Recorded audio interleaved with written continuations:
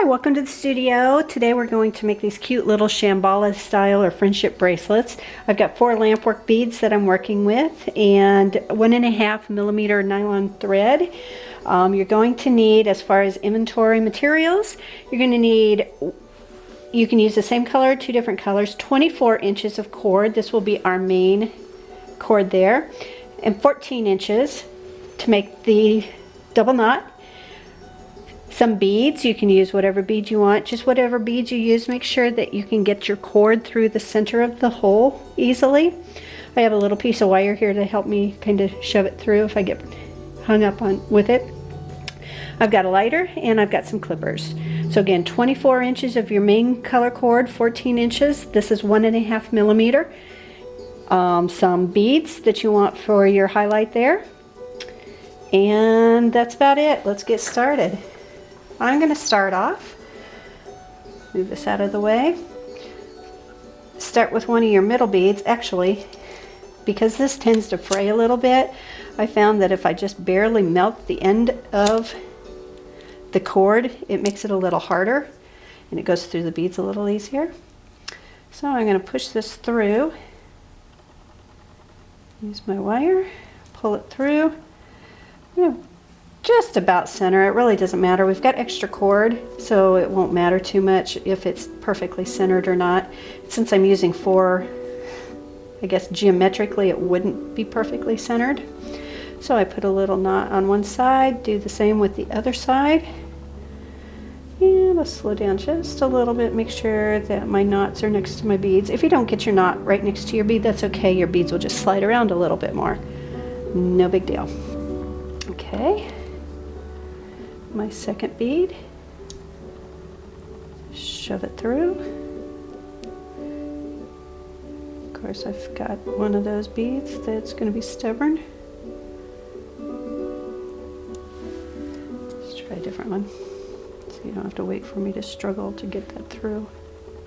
Of course, in the practice session, they all went through nice and smooth. Looks like a pretty good one. There we go. Tie a knot. I'm left-handed, can you tell? I switched to my left hand to tie my knot, and I just kind of work that knot down tight to my bead.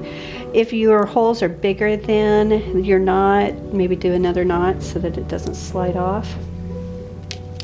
Okay, I want to keep my colors in order, so figure out which one goes next. And that one goes through. Tie a knot on this one to hold it in place. The instructions are also on our website, glassmoose.com. If you go to our cart portfolio link, then you can go down to the information page, and the step-by-step instructions with pictures are on there that you can download for free.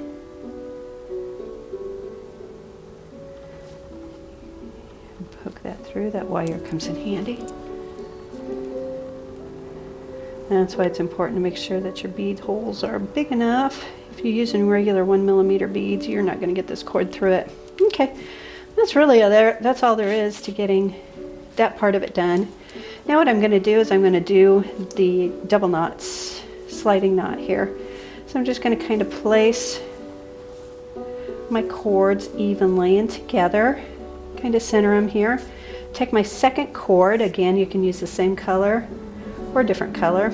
Teenagers are really into the bright colors, so I'm trying to get ready for summer here at the Lake of the Ozarks.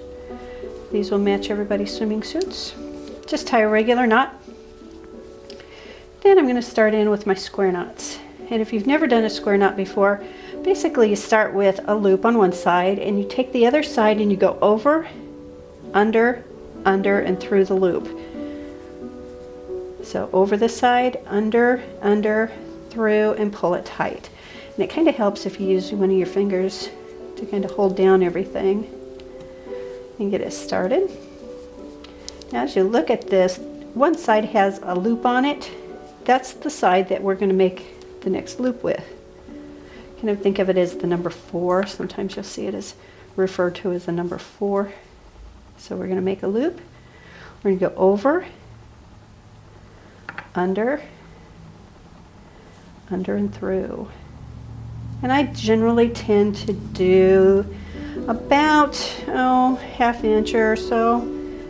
Sometimes if I go too much, it looks too long, and if I go too short, it looks too short. Okay, there's my hump. I'll call it the hump. So that's the side I do my loop on. Over, under, and through. And after you get about the third one, then it starts flattening out and looking a little nicer. Here we go. There's my hump. So that's the side I do my loop. Over, under my original threads, under the loop, and through. Pull it tight. And you do want to get these kind of tight. That's why I kind of massage it as I'm getting in there. Okay, maybe one more. Here's my hump. So that's my loop side. Over, under, and through. Pull it tight. Massage it. I think one more. Over. There's my hump here, so that's where I make my loop. Over, under, and through. Oops. Back through here. Sorry about that. My tail wants to jump up on me. That's why it's better to have too long of a cord than not enough. Here we go. Okay, then just to finish this up, I'm just going to clip these about 1/8 of an inch. I don't want them very long here. And it's always good to have sharp scissors to do this. My clippers are getting dull.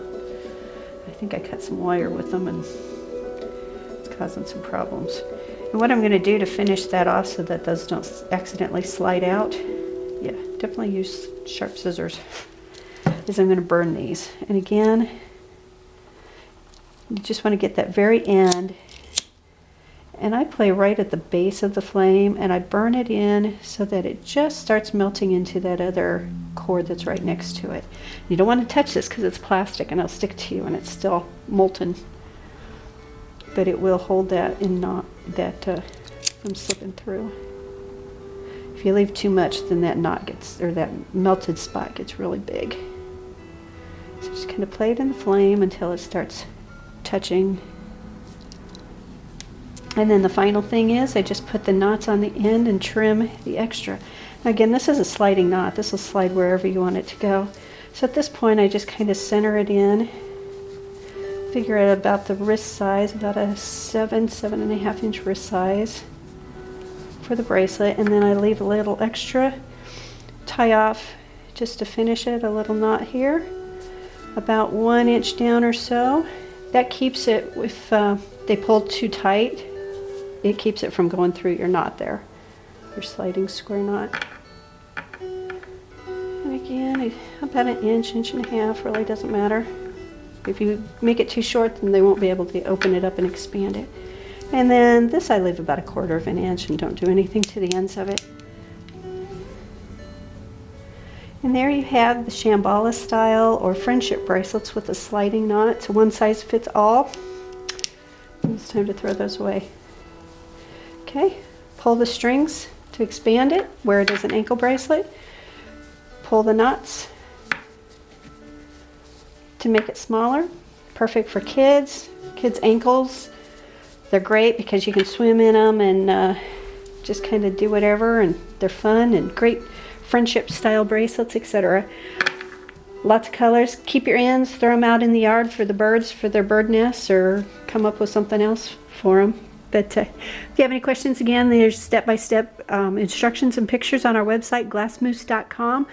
Go to our portfolio online cart, and down towards the bottom of the menu, you'll see free information, and you can download it for there and get the instructions and step-by-step pictures.